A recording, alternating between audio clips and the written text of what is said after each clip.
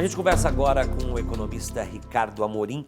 Acho que você deve ter sendo chamado para dar entrevista mais do que nunca nos últimos tempos, porque nunca o cenário econômico ficou tão turbulento, né? Eu costumo brincar que quanto mais apronto em Brasília, mais trabalho eu tenho. Está sobrando para todos vocês. Dá para fazer previsão em um ano que, além da crise, a gente tem a cada dia um factoide diferente na política que repercute também na economia?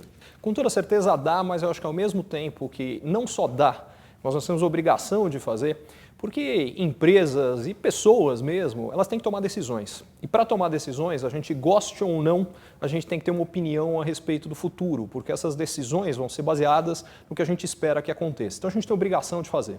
Ao mesmo tempo, acho que a gente tem a obrigação de entender as limitações dessas previsões. Aliás, tem uma frase que eu adoro, tem um físico norueguês chamado Niels Bohr, sujeito brilhante, ganhou o prêmio Nobel, ele ganhou a discussão do Einstein, acho que não precisa dizer mais nada.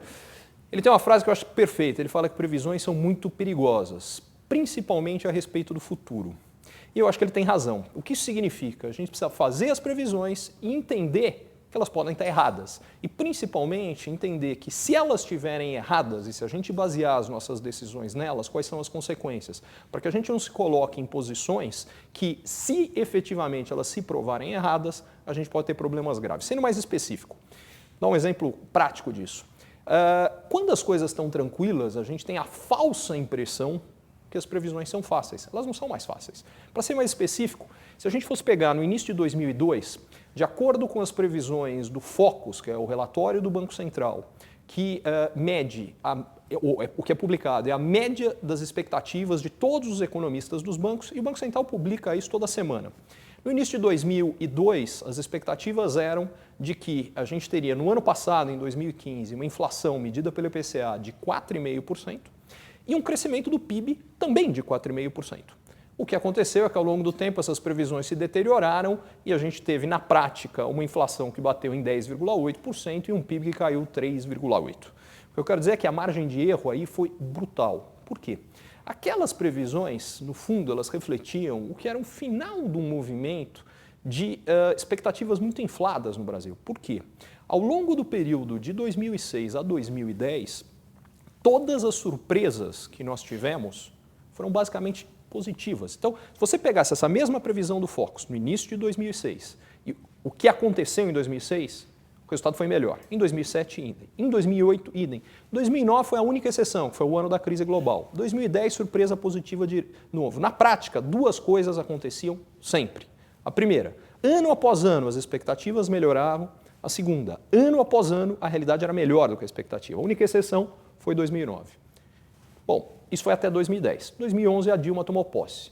Aí a gente tem duas pequenas mudanças. Desde então, ano após ano, primeiro, as expectativas vêm piorando. Então, a expectativa de crescimento em 2011 era maior do que foi em 2012, que era maior que 2013, maior que 2014, maior que 2015, maior que 2016. Segundo, em todos os anos, os resultados foram piores do que a expectativa. O que eu quero mostrar com isso é que não só as previsões podem estar erradas, mas há um padrão no erro das previsões, e ele é cíclico. E um dos pontos importantes, inclusive que eu ressalto hoje, é que é muito fácil ser pessimista hoje, dado o desempenho econômico recente do Brasil, que foi horroroso. Mas exatamente considerando não só a duração, mas a profundidade desse ciclo de decepções, eu arrisco dizer que a gente está mais perto do que parece, numa hora onde a gente vai ter uma nova mudança de ciclos de surpresas positivas. Mas isso depende do cenário político, já vou falar sobre isso. Com toda certeza, essa é a variável-chave. Quer dizer, acho que um dos pontos fundamentais para entender o Brasil hoje é que nós temos duas crises que se reforçam, uma econômica e outra política, e que a crise econômica, sem a solução da crise política, é absolutamente não há solução. Por outro lado, exclusivamente o aspecto econômico da crise é mais fácil de ser solucionado do que a maioria normalmente acredita. Bom, você falou duas coisas importantes aí, que é o PIB que subia e passar a cair.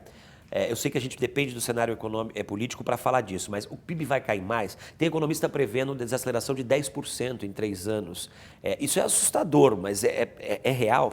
Bom, é bom lembrar que, como eu falei, a gente já caiu 3,8% no ano passado. Esse ano, se a gente for considerar que provavelmente a gente vai ter uma queda parecida, um pouco maior, um pouco menor, é difícil ter certeza, a gente já está falando, até porque saindo da base inicial, uma coisa em relação à outra, só aí já está mais de 8% de queda. Então, o efeito disso para chegar nos 10% é possível sim que aconteça. O que não dá para saber? Quando a crise acaba? E por que não dá para saber? Porque o final da crise econômica brasileira requer uma solução para a crise política. E uma das coisas que eu aprendi nos últimos anos, ser economista nunca foi fácil, previsão econômica nunca foi exatamente a coisa mais fácil do mundo. Mas de um ano e meio para cá, uma coisa que eu acompanhei muito foram as previsões dos meteorologistas, porque a gente tinha um risco grande que não se materializou de falta de energia elétrica por falta de água. Ele não se materializou porque nos últimos 6 meses as chuvas aumentaram brutalmente. O que ia gerar um problemaço econômico. Exatamente. E no fundo tem uma segunda razão pela qual isso não aconteceu. A recessão foi tão grande que a queda de consumo de energia também levou a esse problema não se materializar. Mas o fato é que de um ano e meio para cá eu vim acompanhando semanalmente as previsões dos meteorologistas. E uma das coisas que eu aprendi é que Deus criou os meteorologistas para nós, economistas, nos sentirmos melhores com as nossas previsões.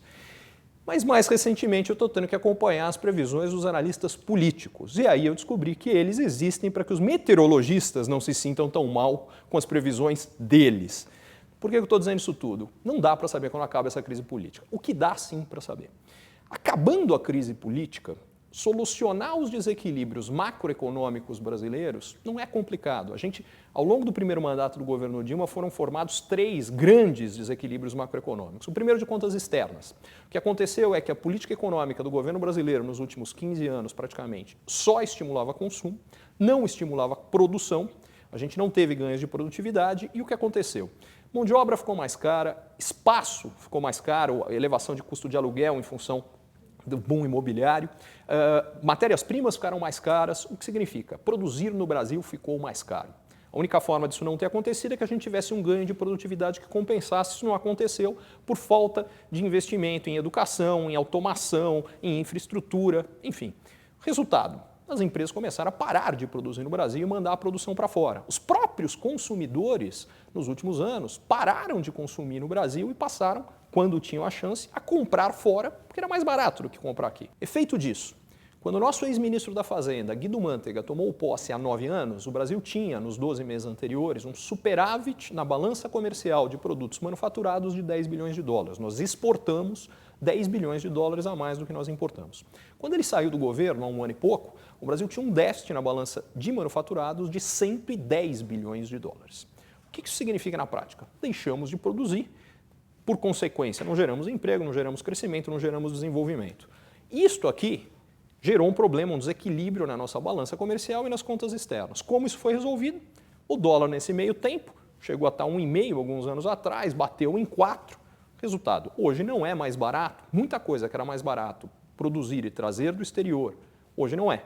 O que a gente tem com isso é uma queda, somado à recessão, uma queda brutal nas importações, as exportações estão começando a crescer e isso vai resolver o problema da balança comercial. Talvez nós tenhamos esse ano, inclusive, o maior superávit da história do Brasil na balança comercial. Então, esse problema está resolvido. O segundo grande desequilíbrio era de inflação. O que aconteceu? No primeiro mandato, o governo Dilma segurou artificialmente uma série de preços que ele controlava para tentar segurar a inflação. Em particular, estou falando de energia elétrica, estou falando de gasolina, estou falando de metrô, de ônibus, enfim. Passadas as eleições, em função de um desequilíbrio brutal das contas públicas, que aliás é o terceiro desequilíbrio, o que a gente teve é que o governo teve que aumentar e muito esses preços. Resultado, a inflação sobe. Em segundo lugar, a própria desvalorização cambial, que encarece os produtos importados, também alimenta a inflação. Tanto dos produtos que a gente já traz de fora mais caro, como esse produto importado compete com um produto feito no Brasil, na hora que o preço do produto importado sobe, o produto brasileiro que compete com ele pode elevar o preço, porque está competindo com algo mais caro. Os dois fatores fazem com que a inflação se acelere e muito. Qual é a resposta do Banco Central? Fala, olha, eu tenho que proteger o poder da moeda, porque não adianta as pessoas ganharem mais se o dinheiro compra menos. Como eu faço isso? Eu subo a taxa de juros, encareço o crédito, com isso menos gente vai às compras, a consequência vai ser que menos gente comprando, as empresas não podem puxar tantos preços. Isso funciona. Cairia a inflação. Só tem um problema. Funciona porque derruba o consumo, derruba o crescimento. É a recessão que nós estamos vendo. E mais um detalhe. Isso leva algum tempo, é como um tratamento de uma doença grave, vamos dizer uma quimioterapia em resposta a um câncer. O primeiro efeito da quimioterapia é fazer o doente se sentir pior, porque o câncer ainda não acabou, mas você está sentindo a doença e os efeitos colaterais do tratamento. É o que aconteceu com o Brasil. Nesta hora, na virada do ano passado para cá, acontece uma série de mudanças políticas e o Banco Central tira o pé do acelerador e fala, não, vamos parar com isso. O que significa? A inflação estava para cair de forma agressiva. Ela vai cair, mas ela vai cair bem mais lentamente porque, de fato, o Banco Central parou de pressionar. Então, esse desequilíbrio está a caminho de ser resolvido, mas devagarinho. Poderia ter sido mais rápido. E vem o último, que é o das contas públicas. Esse a gente não está nem perto de ter resolvido, porque o governo subiu uma série de impostos, mas o problema é que a recessão tem um impacto de redução de arrecadação maior do que foi o ganho da elevação de alíquotas de vários impostos. Resultado, enquanto o governo não cortar de forma agressiva os seus gastos e, eventualmente, complementar isso com novas elevações de impostos, essa segunda solução está longe de ser ideal, porque ela tem um efeito colateral gravíssimo, que é diminuir o potencial de crescimento brasileiro de longo prazo. Mas, a curto prazo, bota as contas públicas em ordem, o que acontecendo retoma a confiança no Brasil. Confiança voltando, a gente vai trazer investimentos, porque basicamente o Brasil continua a médio e longo prazo muito interessante para investidores e empresários dos mais diferentes setores. O que isso aqui significa? Com investimento a gente gera emprego, com o emprego volta a confiança e o consumo, e aí a gente entra num círculo virtuoso. Só tem um probleminha. Para fazer isso, o governo tem que ter a vontade e a coragem política de cortar os seus gastos e, do outro lado, o Congresso não pode bloquear o que o governo faz. Aí entra a solução da crise política. É aí que entra a dificuldade, mas acho que o ponto fundamental que eu quero colocar é todas as outras vezes na história brasileira, eu fui estudar desde 1900 para cá, que o Brasil passou por processos de contrações econômicas significativas, como eu defini um processo de contração econômica significativa, momentos onde o PIB trianual, ou seja, a média de crescimento de 3 anos, chegou próxima de zero ou negativa. Isso quase não acontece. Isso aconteceu no início dos anos 20, aconteceu nos anos 30, aconteceu nos anos 80 e aconteceu agora. Todas as outras vezes, na sequência de uma grande contração, vem um crescimento muito acelerado. Por quê? Porque o que acontece é que nesse meio tempo a gente tem uma série de decisões de investimentos de empresas que vão sendo engavetadas. O cara fala, não, eu quero fazer, mas não vou fazer agora porque vamos ver o que acontece. Na hora que a economia vira, tudo isso vem de uma vez. Isso acelera o crescimento na sequência. Isso vai acontecer dessa vez. O que ninguém sabe, nem eu, é quando. Mas nessas épocas específicas, a gente teve um cenário político que favoreceu isso, né? Vamos pegar mais recentemente, década de 80. Aquele período de inflação desenfreada, um governo que não era ainda democrático, né? O governo Sarney não foi eleito pelo povo. A esperança em cima do Fernando Collor, que seria um nome favorável, digamos assim, e que depois prova que não. E aí a gente sabe o que acontece, vem o ministro Fernando Henrique e consegue igualar a nossa moeda. Agora a gente vive outra situação. Pode cair a presidente Dilma, o que não significaria uma mudança total de governo. Ao mesmo tempo, a gente tem em 2016 um ano de eleições, e onde vai mostrar quem está mais forte, quem está mais fraco. A economia brasileira hoje depende mais do economês mesmo, do cenário econômico, ou do que está por vir. Eu falo porque sexta-feira a gente teve a condução coerciva do presidente Lula e o dólar cai a 13,70. O mercado financeiro dá um sinal do que espera e como vai reagir diante do nosso cenário, né? Olha, eu vejo de uma forma diferente. Eu acho que boa parte das mudanças que aconteceram, elas foram consequências exatamente de crises financeiras graves. O exemplo que você dá associado ao processo, do que no fundo é a transição do Collor, que é exatamente aquele outro movimento de queda do PIB num período de 3 anos. Aliás, a queda que a gente teve do PIB nesse último ano, ela é a maior desde então. O ponto fundamental disso aqui é que aquela mudança, se a gente for olhar para trás, o golpe de 64, o golpe militar, acontece quando nós também tivemos uma desaceleração, a média de crescimento alguns anos antes era de 9%, essa média trianual, ela cai para 2%, acontece o golpe militar. Mais para trás, quando tem a nova república, na hora que eu falo no meados da década de 30, é o mesmo processo. Então, onde eu quero chegar com isso, as grandes mudanças políticas são consequências de grandes crises econômicas. E aí é um dos pontos, quer dizer, fazendo paralelo com a última, que foi o que você fez, quer dizer, o presidente Collor não caiu exclusivamente em função de corrupção. A gente tinha corrupção, o PIB despencando, a inflação comendo solto, os aliados caindo fora e o último aliado que sobrou era o Renan Calheiros. Calma, eu estava falando do Collor ou da Dilma? Agora eu fiquei confuso. Não é Mas coincidência. é impressionante como se repete, né? Os personagens. Exatamente, mas mais do que os personagens, se repete a dinâmica. E aí é o ponto que eu acho que talvez a gente esteja perdendo um pouco a noção. Eu acredito que a gente está plantando sementes de mudanças positivas muito significativas para o Brasil nesse momento. É claro que qualquer semente, se você não regar, se você não cuidar, não vai nascer fruto disto. Mas, se a gente for ver a mudança que a gente está tendo jurídica no Brasil, será que sem uma crise da gravidade da atual, a gente teria a decisão recente do Supremo que a partir de agora alguém condenado em segunda instância vai em cana? Acho difícil que tivesse acontecido.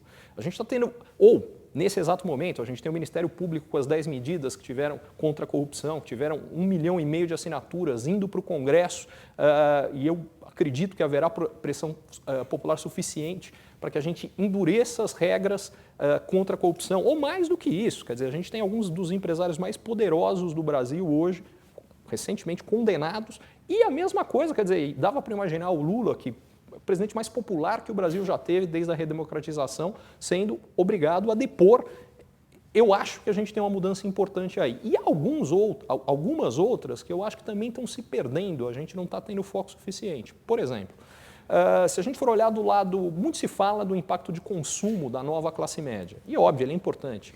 Mas eu acho que tem um outro que está sendo perdido, que é boa parte dessa ascensão socioeconômica e de consumo, o que ela deve gerar hoje, quando ela está sendo perdida por muita gente, é um movimento de pressão que antes não acontecia. O que eu quero dizer é que o sujeito que o avô era pobre, o pai era pobre, ele era pobre, ele não tinha expectativa de ter acesso a uma série de coisas.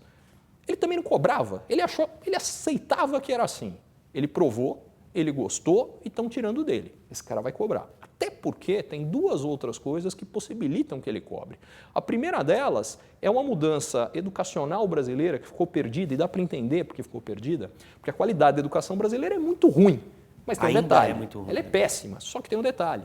O acesso também era, e isso vem melhorando brutalmente nas duas últimas décadas. Então, começou no governo Fernando Henrique na parte de acesso à educação básica, continuou no governo Lula na parte de acesso à universidade. Superior. Meu ponto é assim, por pior que seja a qualidade da educação, pelo menos esse cara que está indo para a escola, que está indo para a universidade, certamente está melhor preparado do que o que sequer ia.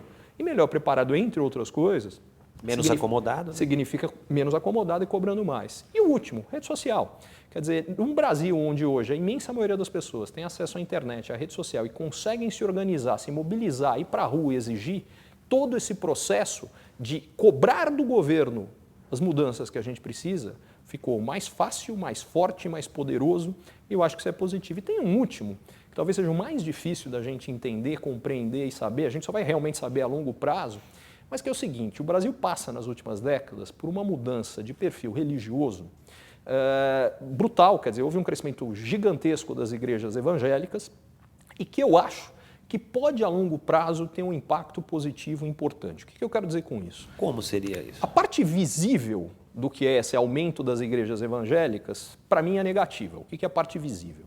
Líderes, tanto políticos quanto religiosos, em vários casos, se aproveitando do que se tornou uma massa de manobra importante e faturando em cima disso, se defendendo com a palavra supostamente divina.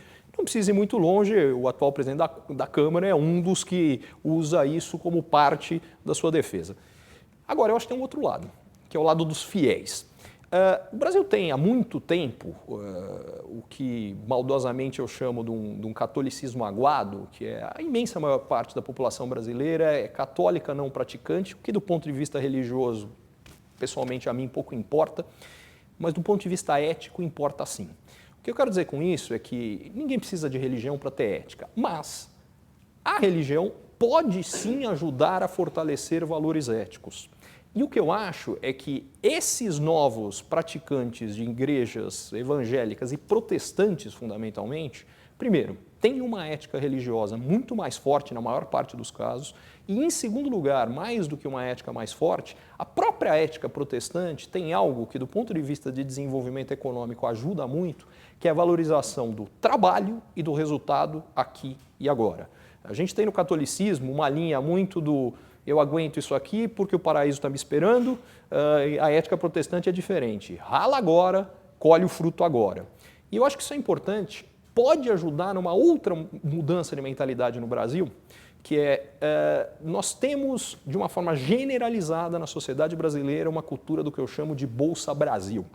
Fala-se muito do Bolsa Família, do aspecto paternalista do Bolsa Família, aliás, eu concordo, sou crítico dele. Acho que o Bolsa Família tem um monte de méritos e um monte de deméritos. Um demérito óbvio é que não haja uma preparação das pessoas e uma porta de saída do Bolsa Família.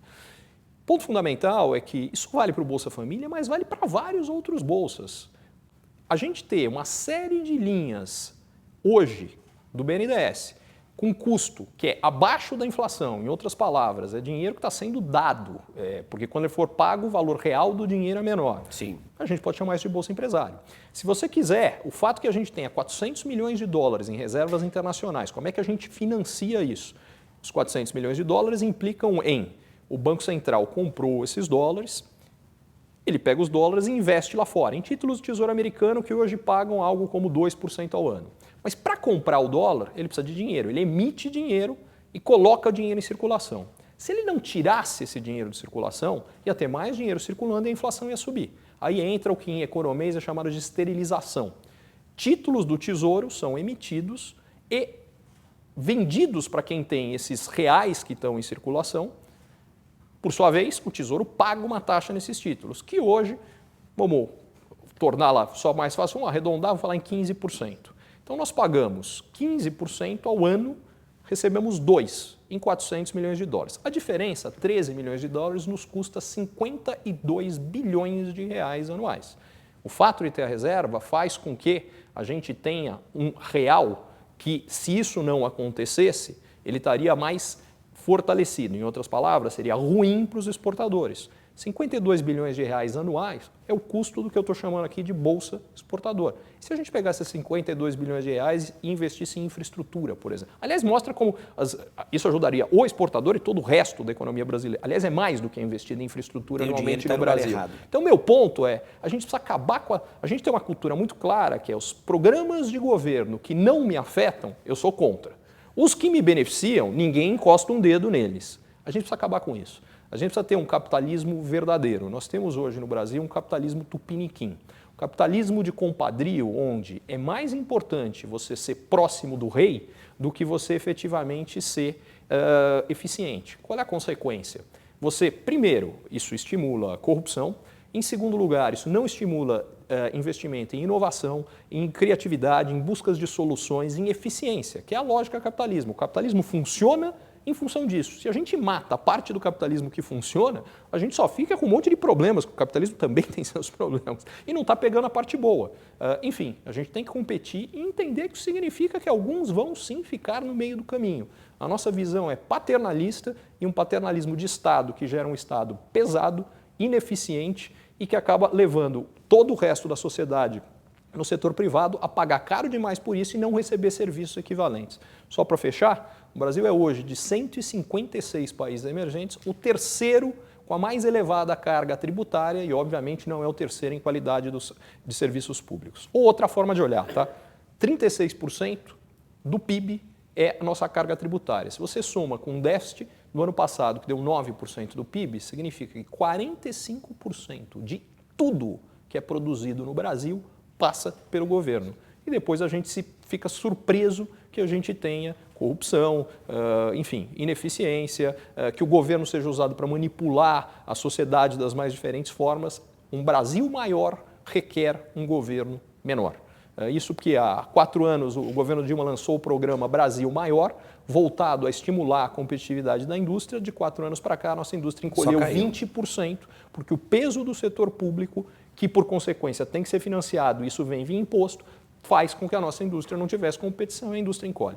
Um dos primeiros sinais pré-crise, quem deu foi a indústria brasileira, inclusive no primeiro ano do governo, nos primeiros anos do governo Dilma, uma desaceleração total. Deixa eu só entrar nesse ponto que eu acho que é importante. Por que a indústria foi o primeiro setor que deu sinais claros? Porque a indústria tem 2 características que a tornaram muito mais exposta ao momento e ao modelo econômico. Ao momento. A grande mudança que pegou o governo Lula, que aliás explica o bom desempenho econômico ao longo do governo Lula, foi a entrada da China na Organização Mundial do Comércio em dezembro de 2001, que teve 4 efeitos benéficos para o Brasil. Primeiro é o único que as pessoas comentam, que é melhora de preços de matérias-primas, commodities, enfim, alimentos, metais, minerais que o Brasil exporta. Mas tem mais 3. Não só o que, olhando do ponto de vista brasileiro por hora, não só o que a gente exporta ficou mais caro, mas o que a gente importa ficou mais barato. Porque o Brasil é um país importador de produtos manufaturados e primordialmente eletroeletrônicos. Na hora que a produção vai para a China, que o custo de mão de obra é menor, o preço desses produtos cai. O resultado disso, a gente não só vende mais caro, mas compra mais barato. Isso tornou o Brasil mais rico. Sendo mais específico, se a gente pegar hoje, o preço da soja chegou a estar o dobro do que é hoje. Mas mesmo hoje, ele é o triplo do que era em 99, 2000 ou 2001, antes da entrada da China no OMC. Soja custa 3 vezes mais. O que as pessoas não comentam é que, por exemplo, uma TV de 50 polegadas hoje, ela custa 1/15 do que ela custava em 2000. Primeiro por avanço tecnológico, que reduz o custo de produção, e segundo por queda do componente de mão de obra no custo de produção à medida que essa produção vai para a China. O que significa? Se a TV hoje custa 1/15 e por outro lado a soja custa 3 vezes mais, o que nós precisamos exportar de soja para pagar pela importação de uma TV hoje é 45 vezes menos do que há 15 anos. E com detalhe, há 3 anos era 90 vezes menos. E com detalhe, nossa exportação de soja não caiu, ela triplicou em quantidade. Então a gente tem como pagar por uma importação muito maior. Isso tornou o Brasil mais rico sem nós termos feito nada. Terceiro fator, na hora que a China inunda o mundo de produtos mais baratos, a inflação mundial cai. E quando a inflação mundial cai, o custo do dinheiro no mundo cai. Quem que se beneficia? País importador de capital para financiar consumo e investimento. Por que foi possível todo o boom de consumo e toda a expansão? Porque a gente conseguiu trazer dinheiro barato. O que isso significa? Na prática, hoje, ao longo do governo Dilma, o governo Dilma brincou com a inflação subiu, o Brasil ficou fora da festa. Mas a festa não diminuiu no mundo, ela aumentou. Só para ser específico, hoje há, nesse exato momento, 7 trilhões de dólares em títulos no mercado internacional que pagam taxa de juros negativa. O que isso significa? Você pega um título que hoje você coloca lá 100 mil francos no título e daqui a 2 anos você recebe 96 mil. Como é que pode isso? 96. Eu vou receber menos do que eu coloquei? Exatamente. Por que isso está acontecendo em mais de 20 países hoje? Que estão tendo que lidar com um problema mais grave do que inflação, chamado deflação. A deflação é o processo onde o preço amanhã é menor do que hoje. Digamos que eu queira comprar um carro e eu sei que amanhã ele vai custar menos do que hoje. Eu compro hoje? Não. Chegou amanhã, eu sei que depois de amanhã ele vai custar menos do que amanhã. Eu compro? Não. Todo o consumo de bens duráveis, obviamente para comida não dá para fazer isso, mas bens duráveis, o que você faz é que você protela o consumo. A economia some, os investimentos somem.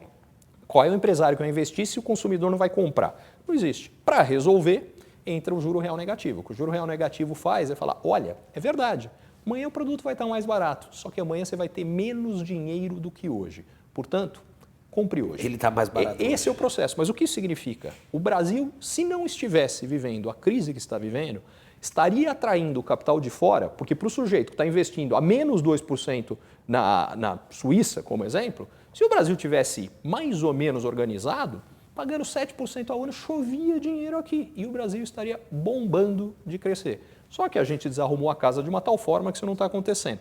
Mas o fato é que ao longo do governo Lula, quando isso não acontecia, permitiu que a gente crescesse mais. E o quarto fator, que também ficou para trás, é que quando com isso o Brasil cresce mais, os países ricos crescerão menos, porque todos os fatores que nos ajudaram tiveram impactos negativos lá, a gente inverteu o fluxo de talentos no mundo. O Brasil passou a atrair gente boa de fora.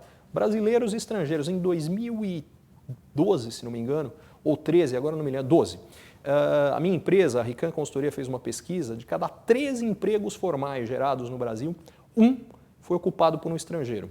A última vez que o Brasil, em termos proporcionais, trouxe mais gente de fora para vir trabalhar no Brasil foi no ciclo do café. Só para dar uma ideia do que a gente está falando. Então, só que significa que gente boa, bem preparada, ajuda um país a crescer mais. Só que tudo isso, infelizmente, ficou para trás em função de uma série de erros de política econômica ao longo do governo Dilma. Mas e a situação na China também muda nesse cenário, né? A mão de obra já não é tão barata assim quanto era. Fato. Temos um dólar caro, o que para a gente no que diz respeito à relação de exportação. Eu estava lendo, por exemplo, a indústria de brinquedo está comemorando brasileira, porque ela está vendendo mais agora. Mas esse é exatamente o ponto onde eu queria chegar. Quer dizer, eu comecei, expliquei os fatores China e não expliquei por que a indústria é o primeiro a sentir. Porque para a indústria, a China é competição. Tudo isso que eu falei é bom para o Brasil como um todo, mas não para a indústria. Porque para a indústria, o que acontece é que a produção barata da China significa competição. Isso foi um problema para a indústria. Já para o agronegócio, que foi um setor que mais cresceu no Brasil, a China é demanda. É o que salvou porque a China é demanda. Já no lado de comércio e serviços brasileiro, o que importa é a economia doméstica. O país estava crescendo, o consumo crescia, esse lado ia bem. Quando que a gente começa a sentir no lado de comércio e de serviços? Quando o problema da indústria fica tão grave que a indústria começa a demitir em massa e o sujeito que perde o emprego, esse não consome quando consumia antes. Aí a gente entra num círculo vicioso aqui, que é quando esse modelo exclusivamente de estimular consumo sem estimular a produção se esgota. O que mudou? Isso tudo é verdade quando a gente tinha $1 que chegou a 1,5. Quando o dólar vai a 4, eu vou dar um exemplo prático que eu vi. Isso foi em agosto de 2014, foi lançado o iPhone 6. E eu, na época, fiz uma conta. Eu imaginei uma família com pai, mãe, filho e filha que tinha a intenção de comprar 4 iPhones novos. Muito fácil saber o que fazer. Você pegava o avião, ia para a Flórida, passava uma semana passeando com os meninos em Orlando, comprava os 4 iPhones e o custo era menor do que só comprar no Brasil. Dito e feito. A tal ponto que, segundo a Associação de Shopping Centers da Flórida, em 2013, o Brasil chegou... O Brasil não. O dado deles, eu fiquei estarrecido quando eu vi, aliás, achei que estava errado, era que 43% de todas as vendas de todos os shopping centers do estado da Flórida foram para brasileiros. Quando eu vi esse dado, eu falei, está errado, não pode ser tanto. Quando o dólar a 4, não é mais barato comprar. Ou próximo, já caiu bastante, enfim, recentemente, mas enfim, nessa faixa não é mais barato. O efeito é a indústria de brinquedos melhorando, aliás, a indústria como um todo e o setor de turismo. Porque esse sujeito que pegava o avião e ia para lá... Turismo interno aqui. Exatamente, ele passa a viajar aqui. Isso aqui é um outro setor que cresceu forte na crise, o setor de luxo. Porque o que aconteceu? O sujeito que antes comprava um produto, ele entrava numa loja, seja de uma bolsa, de um relógio, de alguma coisa bacana aqui. Mas ele não comprava aqui, porque era mais barato fora. Ele deixava quando esse cara ia para Paris, Nova York ou Tóquio e comprava lá fora. Esse cara compra aqui. Mas os gringos estão comprando aqui porque ele está mais barato aqui do que fora. Com o dólar, como está hoje, eu não tenho certeza, mas quando o dólar chegou, está a 4, eu me lembro que o preço de um Audi ou de uma Mercedes no Brasil era menor do que na Alemanha. O que significa que gerou um outro processo. Por que isso acontecia? Porque esses produtos foram importados quando o dólar estava muito mais baixo e estavam sendo vendidos por um valor que não vai se sustentar a longo prazo. O que as pessoas fizeram, sabendo disso, e esse sujeito do mercado de luxo é um sujeito que normalmente tem mais bolso, por mais que ele possa sentir o efeito direto da crise, ele tem alguma gordura para queimar. Ele falou, olha, se eu não comprar agora, deixar para comprar daqui a um ano, eu vou pagar mais caro. Ou em alguns casos, pode ser que esse cara compre o carro e fique com o carro um bom tempo de graça, porque ele vai comprar o carro, o preço do carro vai subir tanto que mesmo a desvalorização do carro usado, na hora que ele for vender, não vai ser muito diferente do preço que ele pagou. Então, o mercado de luxo, por exemplo, se beneficiou com a crise. Eu tenho a sensação que, dado a consequência da crise, eu acho que, pelo menos alguns nichos específicos, os advogados também acho que foram bem. Não, alguns setores crescem. Mas falando da queda, a redução do consumo, que horas vai começar a refletir na baixa da inflação? Então, isso aqui primeiro, refletiria muito mais rápido se o Banco Central não tivesse nos últimos 3 meses parado de brigar com a inflação com o afinco que ele vinha até então. Mas, e um outro detalhe, se o governo também não tivesse adotado algumas outras medidas que estimulam a inflação. Uma delas foi dar um aumento do salário mínimo ainda maior do que a inflação acumulada. O salário mínimo teve um aumento real. Isso aqui vai gerar gasto que, por sua vez, gera inflação. Mas o componente fundamental é por que demora tanto no Brasil, se chama indexação. O Brasil ainda tem um grau de indexação na parte de salários, na parte de tarifas públicas brutal. O que isso significa é que a inflação alta recente alimenta a inflação de hoje. Isso faz com que a gente tenha que ter uma recessão muito mais longa e muito mais profunda para que a inflação caia. Mas ela vai cair. A gente está tendo a recessão mais profunda dos últimos 115 anos, o que significa que ela vai cair. Mas ela vai cair de forma lenta, o que por sua vez significa que o Banco Central, ao optar no começo desse ano em não continuar elevando a taxa de juros, ele fez a seguinte escolha. Por hora, a gente vai ter um juro que não vai subir mais, consequência, a inflação vai demorar mais para cair, o que vai significar também que vai demorar muito mais para os juros caírem. Agora, quando a gente lembra do começo do governo Dilma, desde então o cenário político afeta o econômico, né? Com queda de ministro, o mercado reagia ao ministro Palocci de uma forma e isso muda totalmente. Essa reação do mercado é o que eu volto a te perguntar. O que a gente assistiu na sexta-feira com a condução coercitiva do Lula dá um grande sinal. Né? E agora começa o debate, a oposição já começa a fazer até propaganda na televisão pedindo impeachment. Nós vamos ter agora, dia 13, uma grande manifestação aqui no Brasil. Isso é um excesso, vamos dizer assim, de esperança ou de certa forma, porque o cenário de impeachment, historicamente, ele não é tão positivo a curto prazo para a economia do país. Hoje em dia pode ser diferente? Olha, eu acho que a gente precisa entender um pouco o que está embutido nisso aqui. Primeiro aspecto, quer dizer, vamos ver o que foi a reação dos mercados a esse processo do depoimento do Lula. A reação é positiva porque o que o depoimento do Lula representa é um risco maior de mudança política no Brasil. Quão positiva ela foi? Só na semana em que o Lula foi chamado para depor, o valor de mercado das 288 empresas brasileiras cotadas no Bovespa aumentou em 250 bilhões de reais. Só Alta de 18%, né? Só a Petrobras, nos 2 dias, que é quinta-feira, que pela alta de quinta-feira, pelo jeito a gente sabendo que ele ia depor especificamente. Mas enfim, pela alta de quinta e sexta-feira, só a Petrobras se valorizou em 30 bilhões de reais. O que está implícito aí? A expectativa de que sim, vai avançar algum processo que implique numa saída mais rápida da presidente Dilma, o que, por sua vez, pode criar condições de se resolver o imbróglio político e, por consequência, de fazer a solução da crise econômica e o Brasil voltar a crescer. O que eu acho que é importante é que eu acho que as pessoas estão muito voltadas para o impeachment propriamente dito, que eu tenho grandes dúvidas, de fato, que um impeachment criaria condições de um cenário de mudança mais significativa. Eu acho que elas não estão olhando com a devida atenção a questão das ações que estão no TSE. O que eu quero dizer com isso? Um impeachment significa cai Dilma, assume Temer. O Temer, para conseguir governar, ele vai ter que provavelmente trazer o PSDB, porque Dilma já está se aproximando. Recém-saída não vai conseguir. Vamos olhar, peraí, mas que PSDB? Tem pelo menos 3 PSDBs. Tem o PSDB do Serra, tem o PSDB do Aécio e tem o PSDB do Alckmin. Os interesses são díspares. O Serra já está apoiando um projeto que está no Congresso de Parlamentarismo, provavelmente que ele sabe, porque se houver eleição presidencial direta, ele não vai ser presidente nunca no Brasil. O Aécio, por sua vez, ele está numa posição que o que ele gostaria é que a gente tivesse eleição ontem, porque ele está na melhor posição possível. Mas tem que ser ontem, porque ele mesmo também já está supostamente correndo o risco de investigações que vão ter impacto nele. Que vão ter... Já é bem citado. Já o Alckmin deixa a Dilma sangrar até 2018, porque em 2018, quem é o candidato natural com esse processo que está acontecendo dentro do PSDB sou eu. Significa o seguinte, é muito difícil para a gente conseguir ver o Temer trazendo uma parte significativa do PSDB. Os interesses são díspares. Vamos para o outro lado, para as ações que eu falava. O que pede o PSDB nas ações? Se a gente impugna a candidatura da Dilma, portanto, o Aécio é eleito. Cai o Temer junto também. Cai o Temer junto. Eu acho que o mais provável é um caminho via TSE, mas é um outro. Porque ele vai chegar e vai falar o seguinte, olha, está impugnado sim, a gente chama eleição agora. Por quê?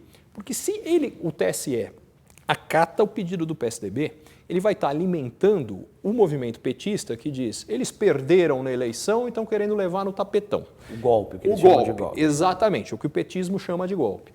Se ele chamar a eleição, acabou, vão para as urnas. Qual é a vantagem do modelo de eleição? O modelo de eleição, entra um novo presidente recém-eleito e, portanto, com todo o peso do apoio eleitoral que acabou de acontecer e que eu acredito, por consequência, com mais chance de conseguir avançar no Congresso o que precisa ser avançado.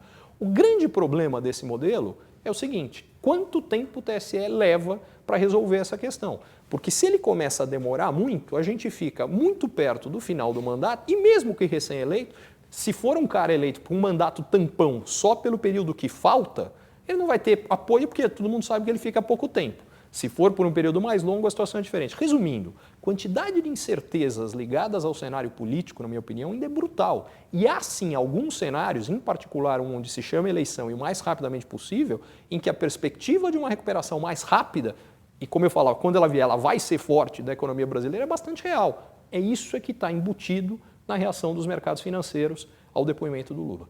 Eu acreditava até o final do ano passado que a mudança econômica brasileira poderia vir por dois caminhos. Um deles era exatamente esse, uma mudança política com a saída da presidente Dilma, uma entrada de um presidente com mais apoio popular que conseguisse avançar no Congresso o que precisa, entre outras coisas por não concentrar tanto, como vem fazendo o governo atual, o ajuste fiscal em aumento de imposto. Ele cortaria também, esperava eu, uma parte significativa de gastos públicos. Bom, essa possibilidade ainda existe, mas eu acreditava numa segunda, que essa eu não acredito mais. Que o próprio governo Dilma, talvez, num dado momento, fizesse ele este movimento de buscar retomar a confiança econômica, o que exige colocar as contas públicas em ordem, o que só seria possível com corte de gastos, com um objetivo muito simples. A presidente recém-eleita tinha uma popularidade de um pouco mais de 50%, 60%. Hoje ela tem uma popularidade de menos de 10%.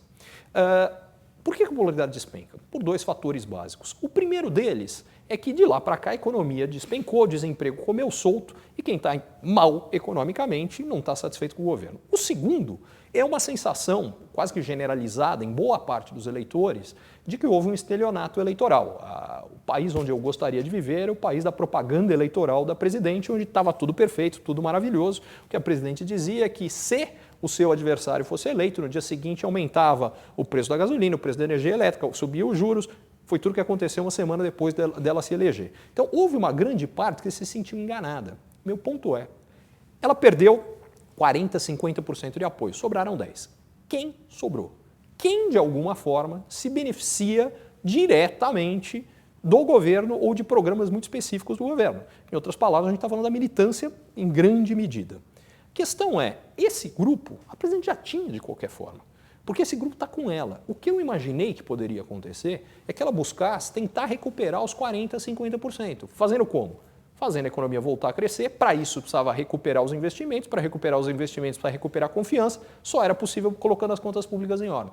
Só que ela fez, na virada do ano para cá, o movimento contrário. Sai o ministro Joaquim Levy, que tentava levar o Brasil por esse caminho, sai o ministro Joaquim Levy, o movimento do ministro Nelson, na primeira semana o aumento do mínimo é bem maior do que o que já tinha programado, o que piora ainda mais a situação das contas públicas, sai que o orçamento, não, a gente vai aceitar um déficit maior, uma série de medidas dizendo não, a nossa opção é jogar para os 10% que nos apoiam, a gente já aceitou que já perdemos os outros 40% ou 50%.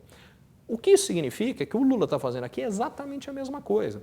Então, para mim, o que é, aliás, não é um movimento exclusivamente do Lula nem exclusivamente do PT. Se a gente for ver outros movimentos de alguns políticos fortes em Brasília, o movimento foi o mesmo. Na hora que a coisa está ficando complicada para o lado deles, eles estão mudando de assunto, levando para uma outra coisa, porque eles não têm boas explicações para as questões associadas ao que está sendo discutido. Para finalizar, eu acho que é um pouco imprudente falar quando que essa crise acaba.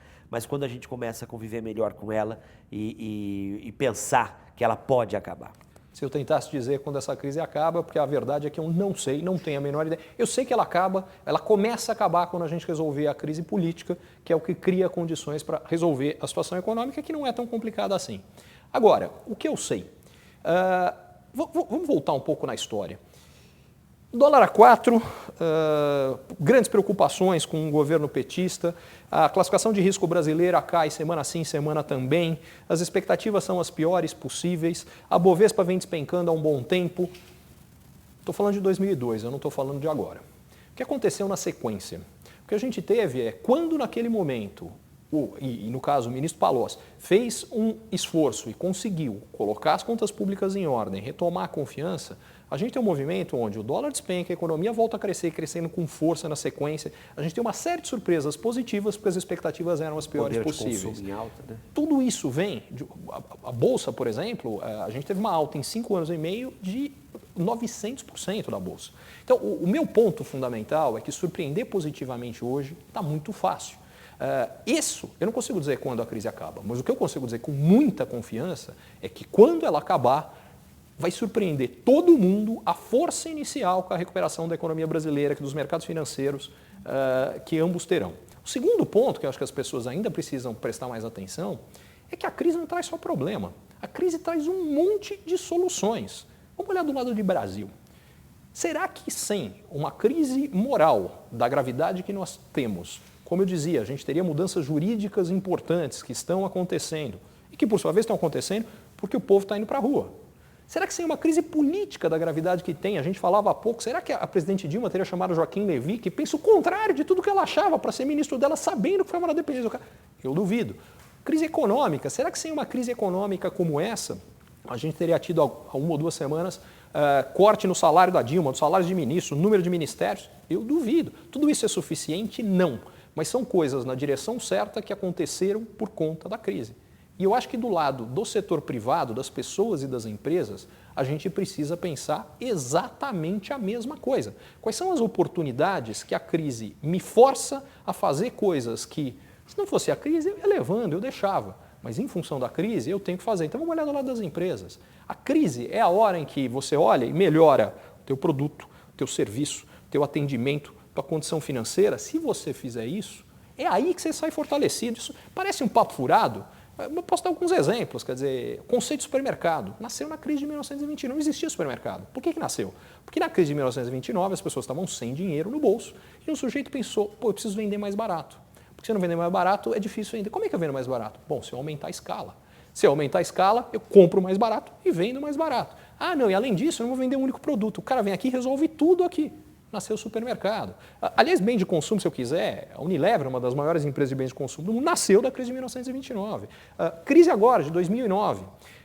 O Airbnb e o Uber, que para quem não conhece, o Airbnb nada mais faz do que transforma a sua casa num potencial de renda. Então, eu vou num hotel. E na prática, eu vou viajar daqui, eu vou para o Rio de Janeiro, minha casa está vazia, 3 dias eu coloco lá que está vazia, alugo e faturo uma grana. O Uber faz o mesmo conceito associado a um carro. Esse os taxistas fizeram uma boa propaganda. O fato é que essas duas empresas, quando tentaram nascer, elas não conseguiam dinheiro para financiar o lançamento das empresas, porque ninguém acreditava. A pessoa fala, não vai dar certo. Quem vai enfiar um desconhecido em casa ou no carro? Ninguém, imagina.